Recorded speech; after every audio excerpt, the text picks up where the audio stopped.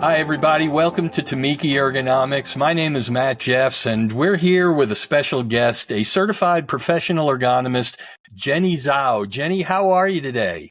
I'm doing great. It's a Friday afternoon. Can't be better. Yeah, How yeah. about you? Oh, very good. Could be better weather outside, but I'm not complaining because it is Friday afternoon. So it's happy hour somewhere, as they say. You Soon. know, it's so good to have you, and I've been looking forward to this conversation for some time because you've recently joined as what I like to call the Tamiki tribe. And I want to get some of your feedback, what it's like joining us. But I think for our viewers and listeners, people who recognize that we bring on people of your stature with certified professional ergonomics background, that maybe we should hear a little bit about your story if you're willing to share.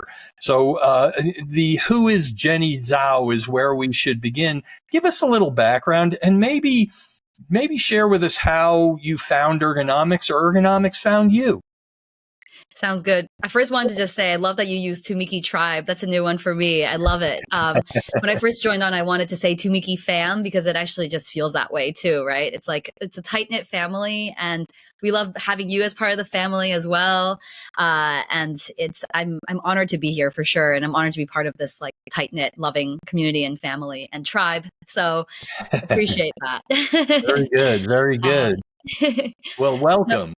Thank you. Thank you. It's the time has gone by so quickly. I like had a moment where I was like, it's almost 2 months now. And I really thought like just a week ago it was like before a month, you know? So the time has has gone by. Good. But yeah, just a little bit about me, I would say, daunting. Yeah. um so my background is in ergonomics, and I always joke that I try to sometimes quit ergonomics and I come back to it. You know, I always get drawn back to it. I'm like, I can't quit ergonomics. And it's always been sort of this like wayward path. I started school actually in more of an applied psychology track. Uh, Really? Human behavior was so interesting to me at the time. And then I realized I really wanted to do design as well. So I went to Cornell, and the school that I went to is called Human Ecology. And there was a track that led me to this major called Design and Environmental Analysis, which is like a whole mouthful. And people used to joke that it's DEA, but it's definitely not. But it's basically looking at the built environment and how it can affect human behavior. So the interior design track is built within that major, but then there is also like an ergonomics track as well. So I ended up choosing that because I saw something about industrial design and cool chairs. So that was my like that the sort of the gateway to my path of ergonomics, because I just really wanted to learn about really interesting chairs actually. Yeah. The Eames chair and all of that, and then what's with the Aeron chair. So Yeah. from there, it's just I met Dr. Alan Hedge, of course, as a professor, which was awesome. And I just realized that there were so many applications, because the built environment can be a macro thing like buildings and systems and how navigation and all of that. But it also could be the micro environment, like what you're interacting with, your desk, your chair, tools that you're working with. When you're resting on anything, you're interacting with your body. And then that also has an effect on your behavior too. So there's a psychological element to it. So I really just love that interdisciplinary aspect of it. And that's kind of what got me into ergonomics. And then from there, you're like, oh, I'm learning biomechanics as well, and design and anatomy. And it was all just a great package wrapped up in one. And I remember one of Alan Hedges' classes. I know sometimes I call him Alan, but No. yeah, on a familiar bit. Yeah. But yeah, one of his classes, we were doing just some research on gesture-based controls in cars.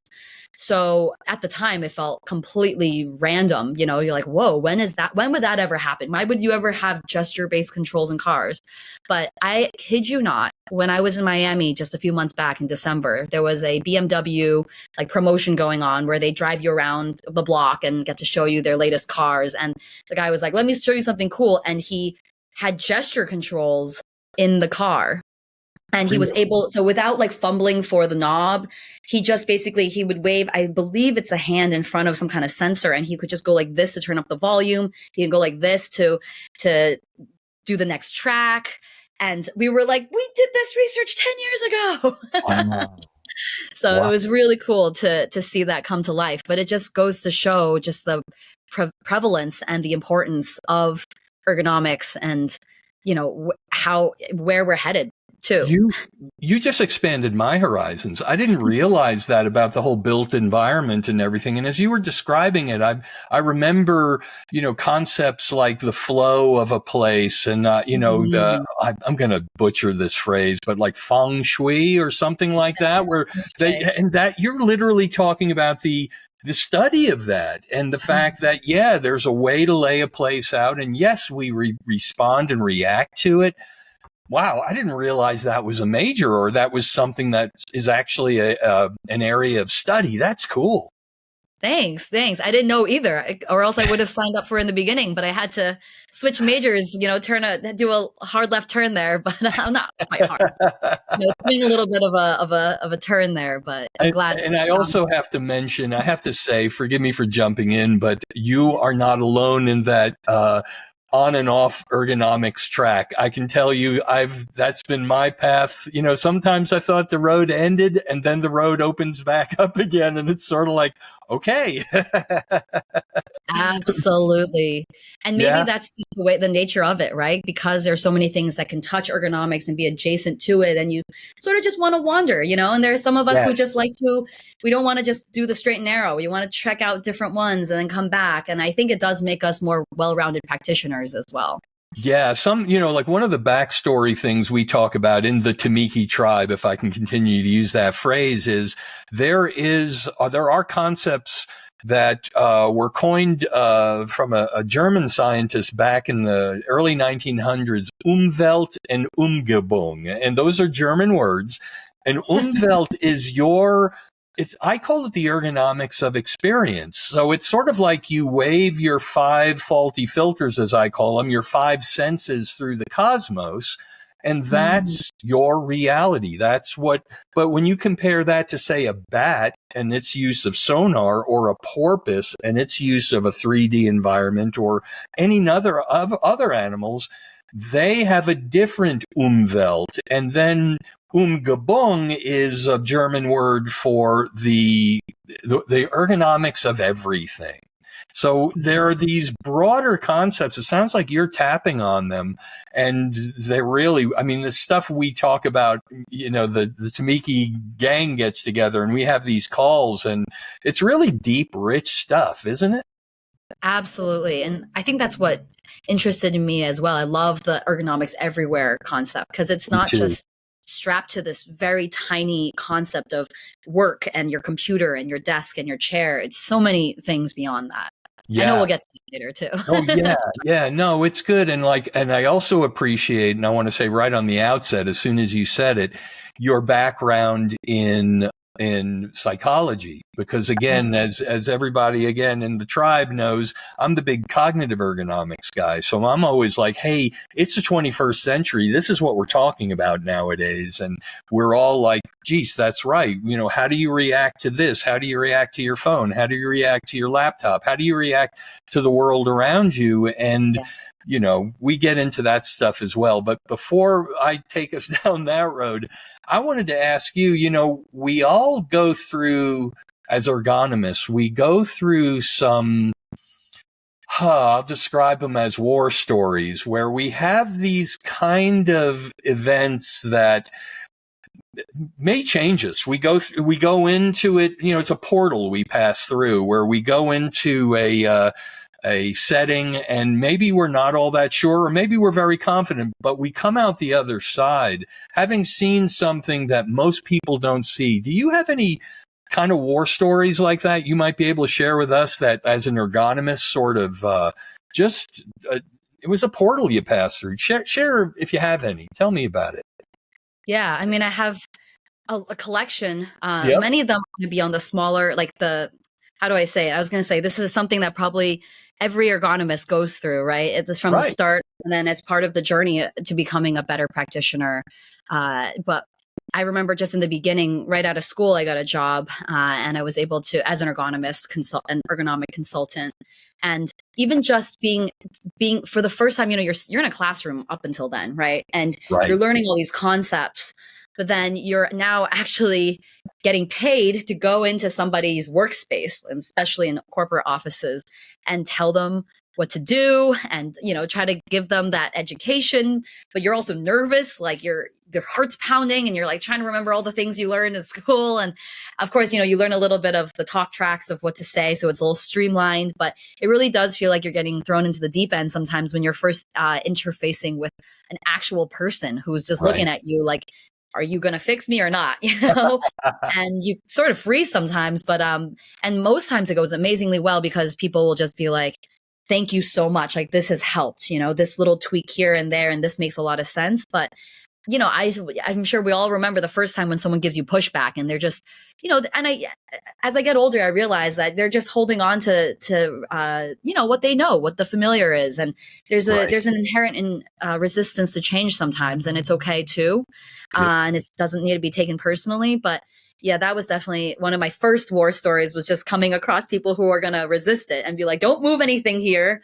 I might be hurting, and my wrist might be, at risk of carpal tunnel, but I don't want to put my keyboard tabs down, for example. And it's just that back and forth, or trying to understand each other. So as much as it is a science, there is also that interpersonal component too, where you're really just learning how to understand people, understand their pain points, and speak their language in many ways to communicate certain concepts, but not seem overbearing or overly prescriptive either. So and that wasn't something I thought about in a while, but that definitely is a vivid memory for sure. And just being face to face with people you're helping. I overheard someone was talking about you did some work with race cars or something like that. What was that like? I mean, that I haven't done anything like that, and I've had a pretty broad career. What was that like? Tell us a little bit about that. That sounded pretty cool. Yeah, I wish I could tell you I was the one driving the race cars, and I'm just like a secret F1, driver, moonlighting as such.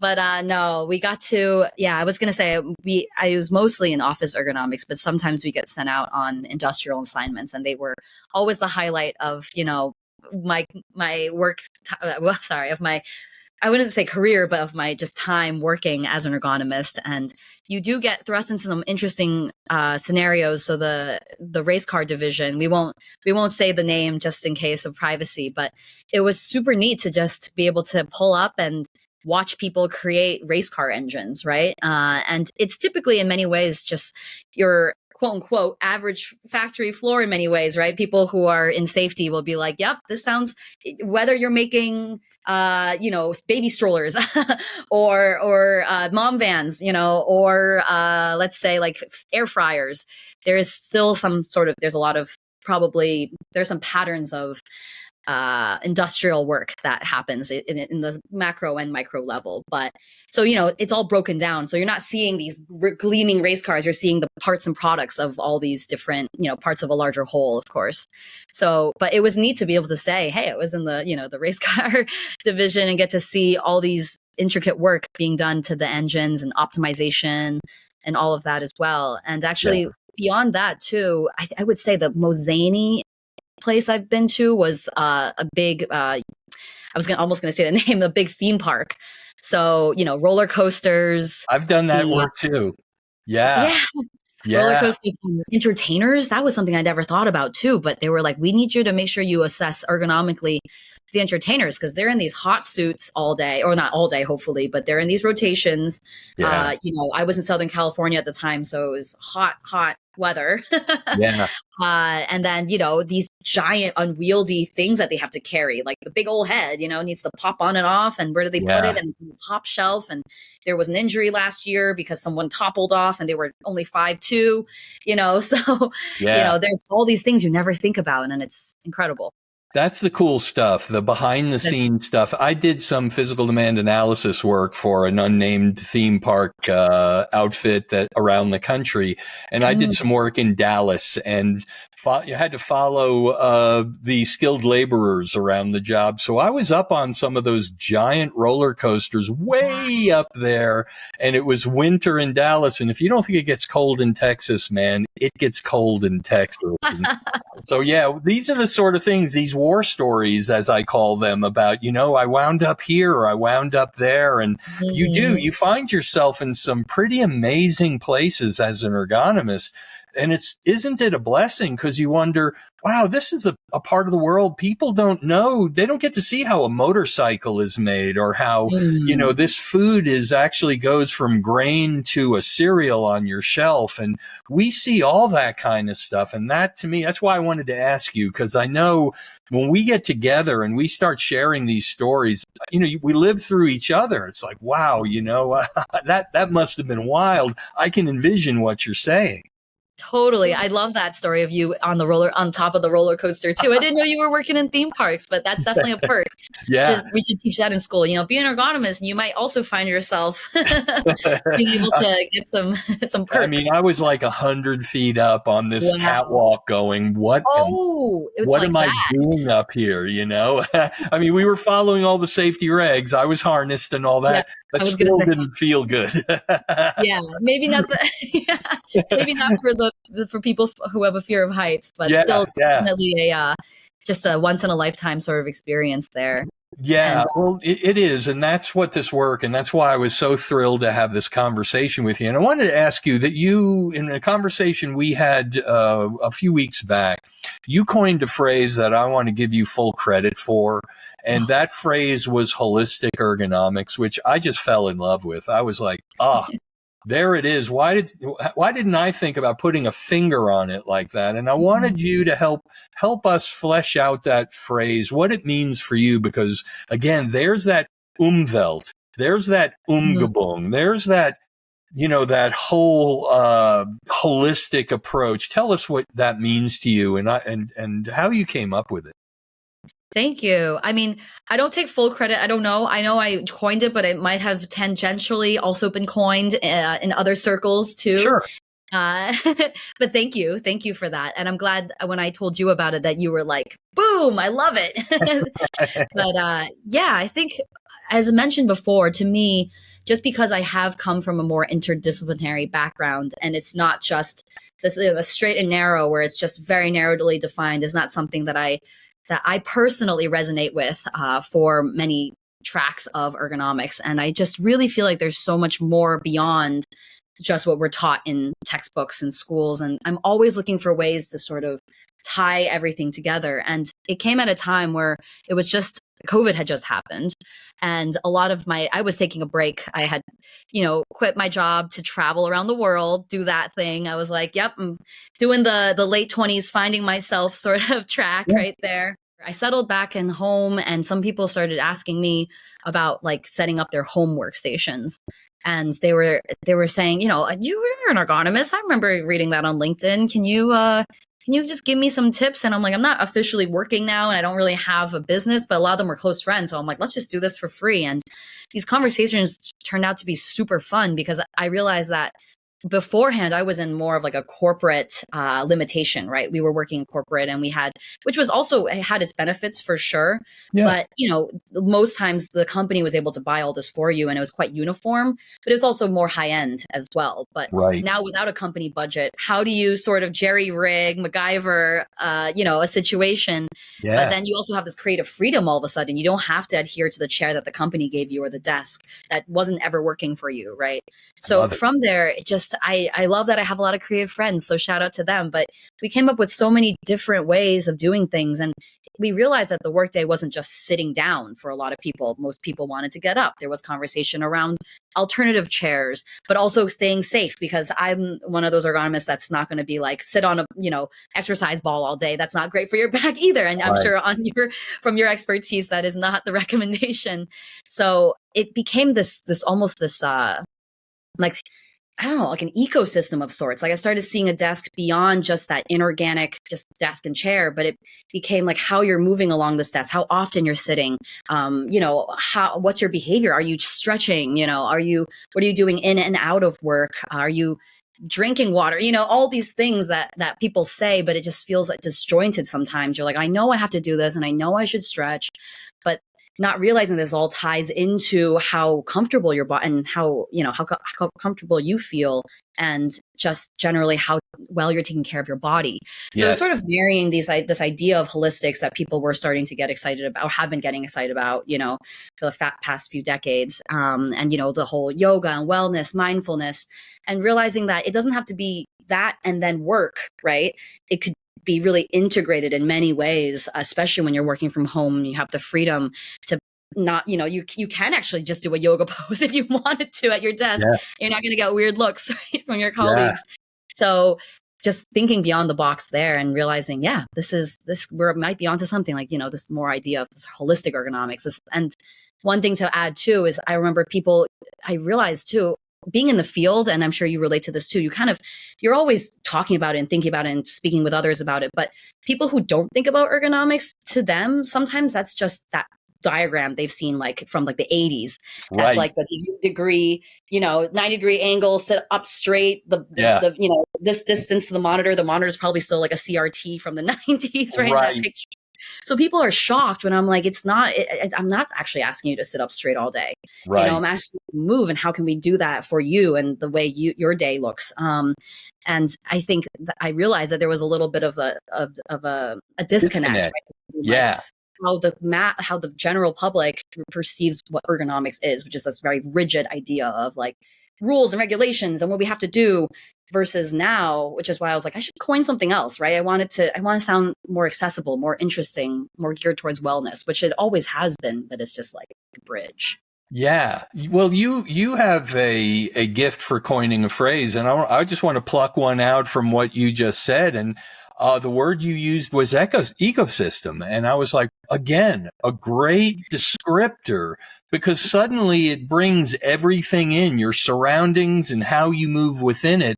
And you're right. I as soon as you described those old 90 posture, I was called that like robot posture, because it looked like robots, and totally. And we're not. And, back in the day, monitor height was supposed to be here and, and all of that. But now we're wireless. So many of us have multiple devices. We've got, like right now, I'm working on my desktop monitor, but I also have a laptop. I've also got a tablet. I've also got a smartphone.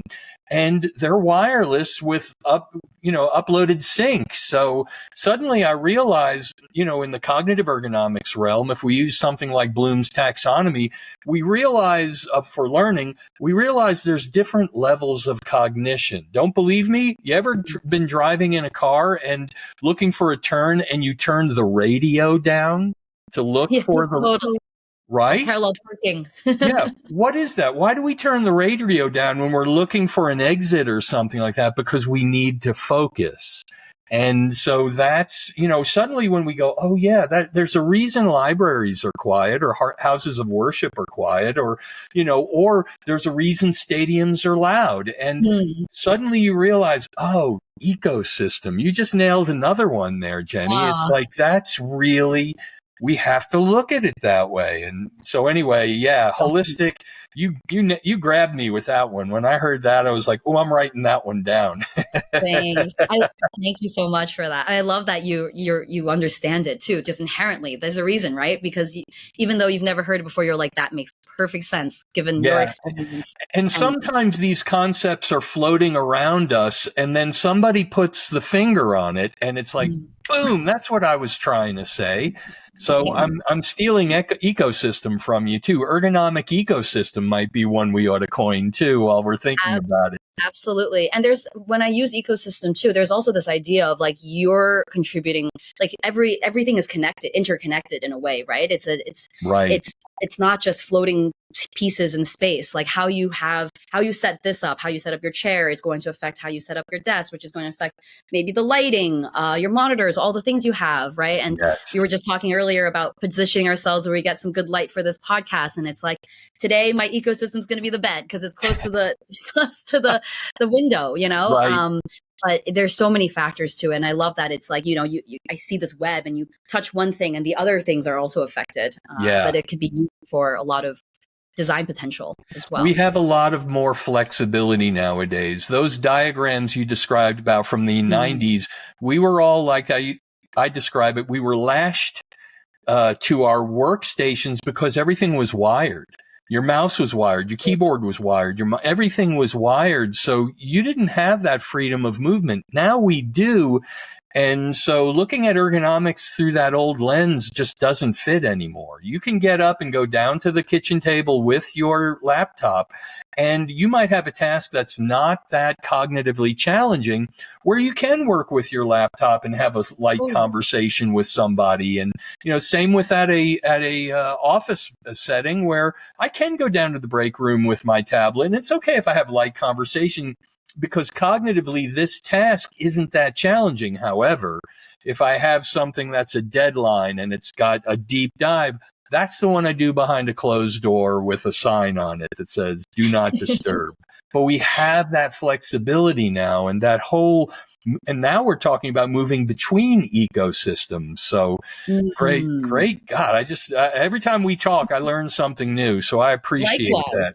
Likewise. So let me ask you this. So we're moving into this space where technology is lending its hand to things that used to be very rote. And I wanted to ask you if you've noticed in recent times if tech has solved any problems that you've seen in ergonomics, and maybe when you saw Tamiki and what it had to offer, what captured your attention, maybe what captured your imagination and said, I think I'm going to follow this path. Share a little bit of that process, if you would. Yeah, I mean, I would be speaking for all practitioners who have done a Reba or Rula or NIOSH lifting equation by hand, that it's not a very smooth process. I mean, it makes a lot of sense, and kudos to people to the creators of this, because this has created an industry standard and a language that we can all understand together instead of just arbitrary numbers and evaluations. However, it does get a little complicated. There are calculators being whipped out. Videos being processed. You're also maybe looking at that screen and you're looking for angles and all of that. I know this vividly myself. And actually with that race car division, that's what we had done, is taken a bunch of pictures and videos, and that was grueling. I mean, imagine your first job and like couple months in, right? You're like staying up late, just running these reports because it's due, and you realize just how long it takes.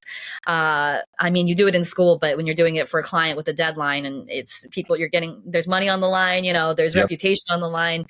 It's tough, and it can bog you down. So I thankfully hadn't had to do one of these in a while. So when I saw Tamiki, I was like, whoa, because, at that point already, AI has already entered the conversation in so many other aspects of life. Like there's Grammarly, like helping you write stuff. There's AI blog posts now.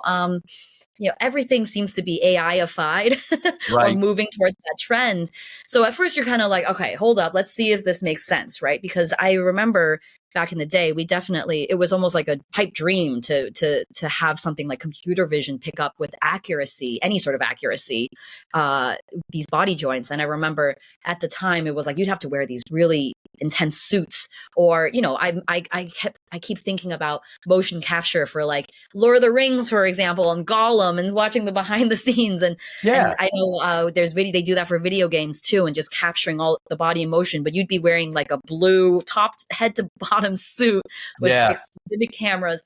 So I remember thinking that could work for like that sort of stuff was only restricted to academic environments, because how could you ever ask anyone to do this in day-to-day life? And the technology just really wasn't there 10 years ago when I was in school, and also out of it, in practice. So seeing this and just seeing kind of like that exponential explosion of how far technology has come was really surprising. And at first you're like, most people, you're going to be like, I'm going to be a little dubious about this. I'm not going to trust technology. Like, you go to school for this and you learn and you kind of develop your ergonomous eye, as I say, so that it becomes almost secondhand. You see someone at risk and you can be like, okay, I can kind of log this angle. And I know inherently this is risky, and, but now you need to prove it and write it all down and all that stuff. So I was like, let's see how smooth this looks, but it looked pretty promising. And then I saw that Alan Hedge had consulted on it. So of Yes. course, the first thing I did was email him. I was like, Yes. hey, Yes. tell me a bit about this. Yeah, it seems like you worked with them. I trust your opinion. If they got Oh, Alan yeah. on this, I'm like, all right, nice. Yep. And then of course, I learned the background of the founders and how they did this, and just how much expertise and knowledge went into this, and commitment to academia and papers and all this stuff. And watching it in live I was like, if this works well, this could really be a game changer. Yes. Just to even just save time, but then beyond that, just being able to put that in the hands of people who may not necessarily have like a solid education. I mean, it's tough because okay, I'm going all over the place here. No, you're great, and I follow you. I follow you because some of the themes you're hitting, if you'll allow me to jump in, because no, you're doing great. I'm gonna coin something here, and if you'll allow me, and I'm going to say it's democratizing ergonomics. It's taking it from this specialty that only a few can have, and giving it the access to others. And let me touch on another thing I think you're touching on as well. That whole, yes, we stand on the shoulders of giants, no doubt about it. And we're grateful for the Reba and the Rula, not so much for the NIOSH. No, I'm kidding. I just did a video on that, and there's 22 steps to move one box. So yeah. I remember learning the NIOSH lifting equation from OSHA. I took an OSHA course, and by the end of that day, I was like, I'm never going to use this.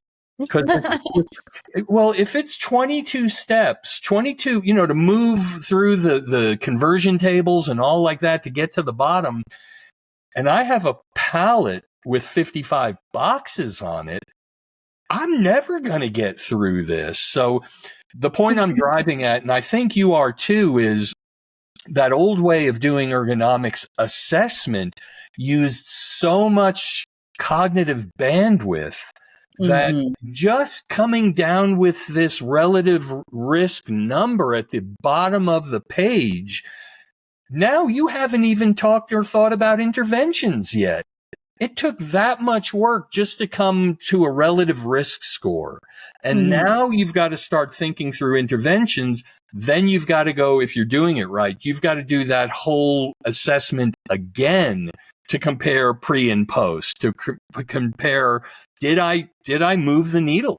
Did I actually lower that score? So I just think, in that old world, we burned a lot of cognitive fuel just assessing.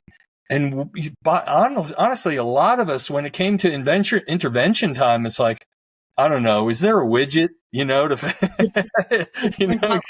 like, I need to go to sleep. The midnight oil.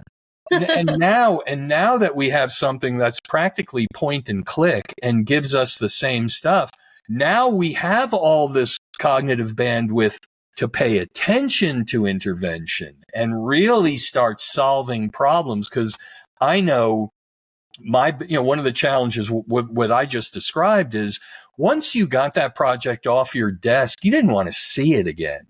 Whereas now, because it's shrunk that load, as we say in some of our Tamiki Tribe calls, what are you going to do with your free time? Now we have time to actually talk about, well, let's go down the OSHA hierarchy of controls. What would you do to eliminate, to substitute, to engineer, to administrate, to personally protect?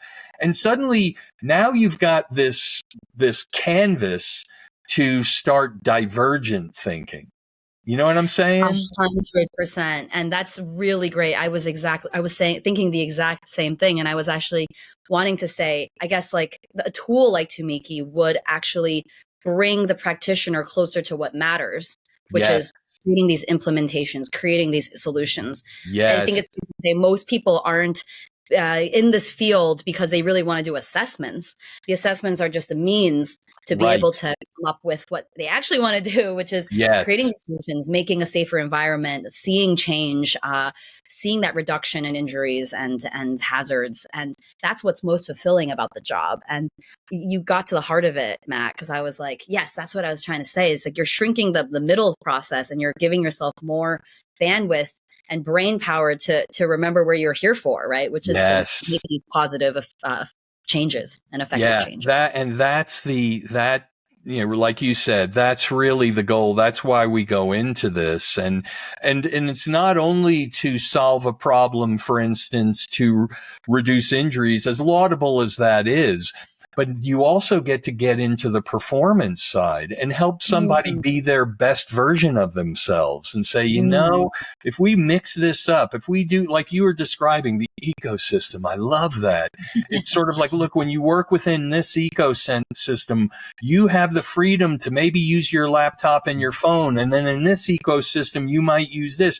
And no, by the way, there's temporal ergonomics, there's spatial ergonomics, there's digital ergonomics. You can start to mix and match these things and really become your best, most effective, efficient version of yourself. To me, that's really thrilling too. I love that as well. It's unlocking new possibilities and opportunities too. Yeah. Yeah, you had mentioned earlier, like the wellness and well-being. I think this is what wellness and well-being wants to be. And we really have the opportunity to do that, to really make people realize, gosh, I've been swimming upstream and I didn't have to, no doubt. So exactly. There's science behind it, there's science behind what we do. And I want to just jump into one extra thing is what you said about when you were saying, what do you do with all the free time you have? It's like, what do you do with like a body that isn't aching and uncomfortable and, susceptible to injury? There's so much more too. So there's a lot of that idea. Yeah, this is here in this field. It's very gratifying to talk to someone at your sophistication level, because we don't always get these. A lot of times, like you said, everything gets shrunk down to these robot postures and this 1980s diagram. And it's like, no, that was 40 years ago. That's where it was back then. But now we're so much past that, and it's still with us, but it's shrunk in its, impact. And now we have much more things to important, maybe not important, but we have more things that we can add to this recipe for individuals to do better. And that's another phrase we use, as you've seen, that I love too at Tamiki. We call it ergonomics everywhere. What does that phrase mean to you? Because I'm writing things down from you as fast as vice versa here. What does ergonomics everywhere mean to you? Well, I think I touched upon it in the beginning too. And, it's pretty much, not like in a way that, this is definitely on brand with everything that I think about in terms of ergonomics is not just this little box, right? Right. How can we incorporate the core values of ergonomics? And I know it, like, again, when people think ergonomics, they're like, oh, there's this idea of it, but it's like turning it into making it broader, making it more accessible, making it more democratic in a way. You said, right? Is that what you said? Democratizing ergonomics. More accessible, understandable, all of this. Yes. I think that's it. It's really great. And I love what you said too about just even with the tool itself, it's like, of course, it's not going to eliminate or even reduce the amount of practitioners there are. There's actually a shortage of ergonomists. Right. Yes.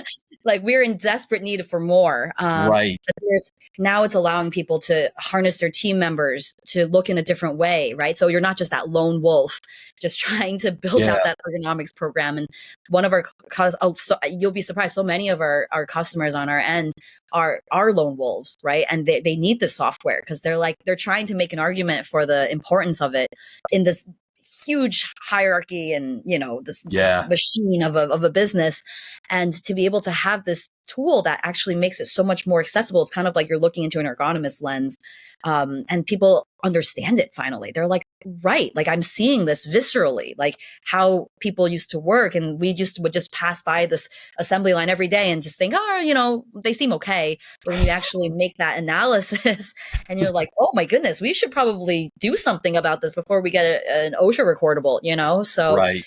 I do see that. And I think, I didn't think about it explicitly that way, but I love that, like in terms of just spreading the word and getting more people kind of raising the baseline of like ergonomics awareness beyond just specialists and practitioners and people who have degrees in this into people who might not, but they're also part of this the safety team and beyond. And in all of that. So it's all very thrilling to me, and I wanted to maybe have us wrap up here. And this is a little bit of you kind of peering into your crystal ball, and just where do you think this journey is going to take us? Do you have any ideas, and do you have any hopes, aspirations, or otherwise about? Because it seems I get the sense that, having the privilege of working alongside Tamiki and working alongside practitioners like you, that we're on like our first steps of a journey,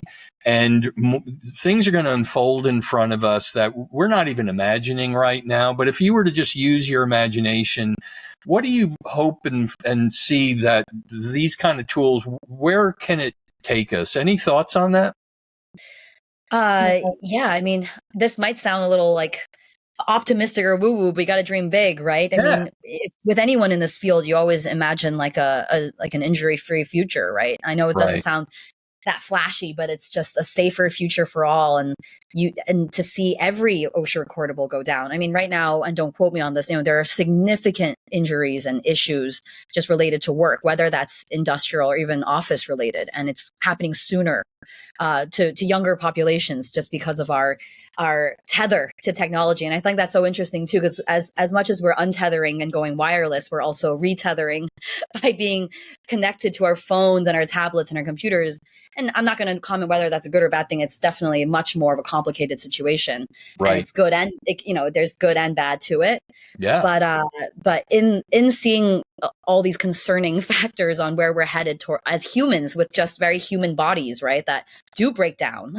Yeah. I want us to be able to. I'd love to see just like people being healthier, not having herniated discs anymore. It's heartbreaking when your friend calls you up and it's like, my mom has a herniated disc, can you help her? And I'm like, oh man, she shouldn't have had that in the first place. Yeah. And I always say this too, like your loved one probably is having some sort of musculoskeletal disorder right now, in whatever degree. And these are people we all care and love about. And I would love to see more of a bend towards just us becoming more resilient, having, resilient bodies, less susceptible to injuries. There's probably better ways to say it, but that's just what's coming up to in my head right now.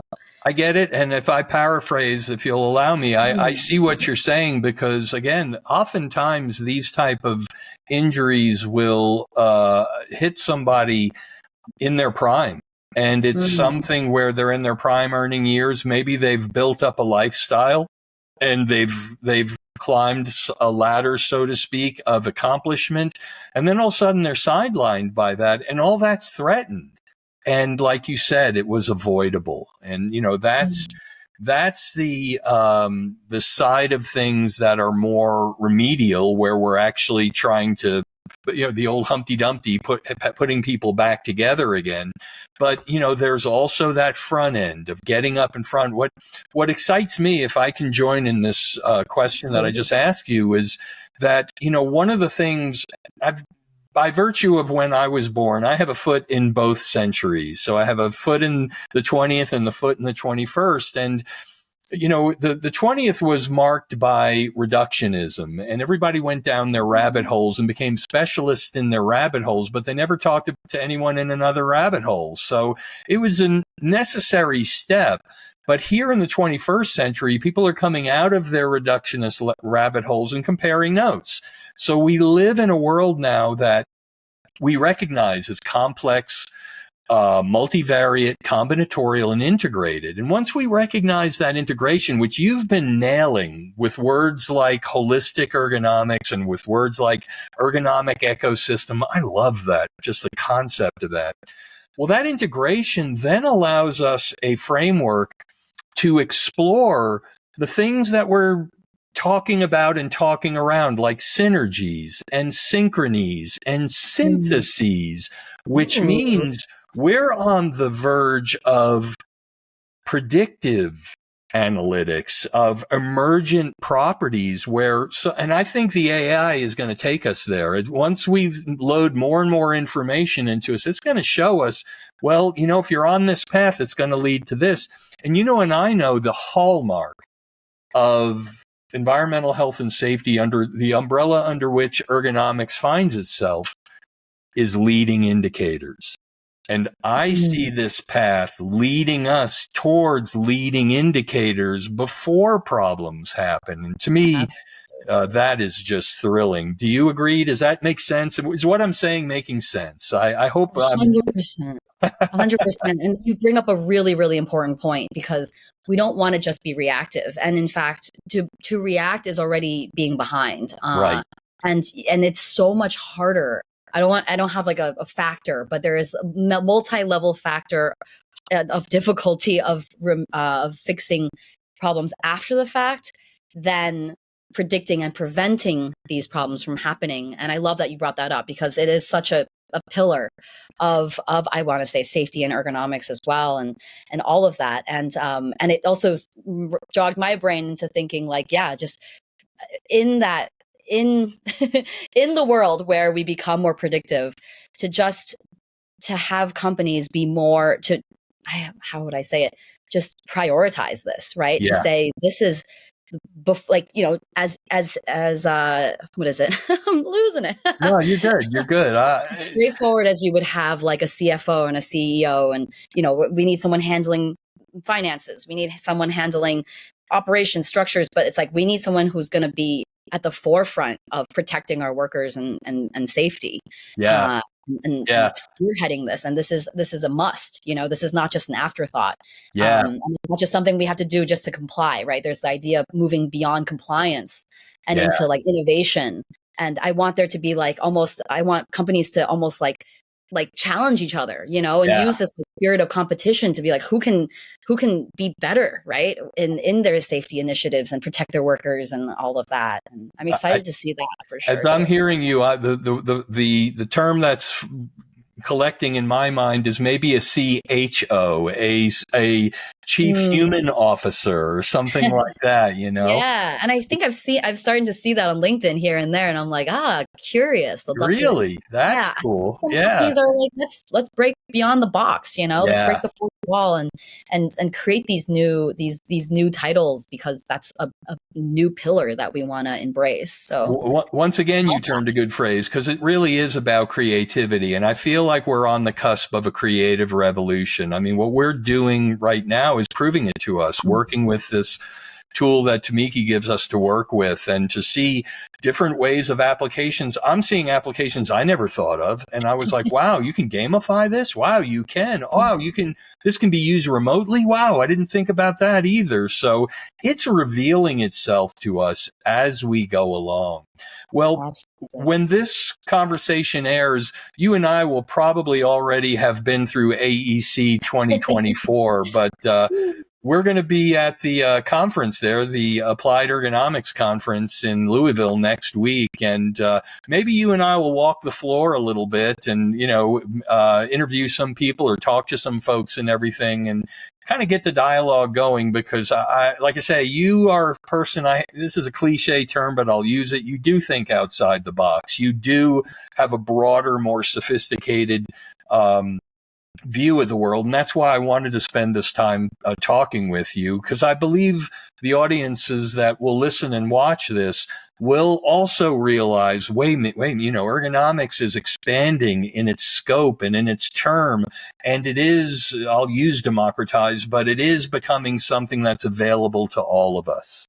Absolutely. I'm going to say the same back to you. And that's why I think we can keep talking probably for hours on this. And hopefully this won't be our last podcast together. There's so many topics we can dive into, because it's so inspiring to talk to somebody who has been in this field for as long as you have, but also in a very multivariate way, right? Like this meandering path that is just so inspiring. And I'm going to have to put it here, but next time we're going to have to do like some Qigong or something. Yeah. Well, you've definitely met a kindred spirit, and the old saying, not all who wander are lost. And I feel like you are a wanderer like I am, but that's where we learn where the gardens are. And with that, we'll wrap it up here, but I hope we have many more conversations, because you have a lot to share, and I think our audience would really benefit from hearing more from you. So with that, Jenny Zhao, it's been a real pleasure.